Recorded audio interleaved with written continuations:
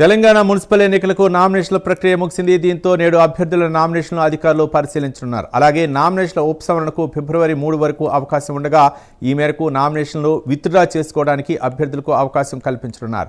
రాష్ట్ర వ్యాప్తంగా 116 మున్సిపాలిటీలు 7 కార్పొరేషన్లకు ఎన్నికలు జరగనుండగా ఫిబ్రవరి 11న పోలింగ్, 13న కౌంటింగ్ నిర్వహించనున్నారు. ఎక్కడైనా రీపోలింగ్ అవసరమైతే ఫిబ్రవరి 10న ఎన్నికలు నిర్వహించనున్నారు.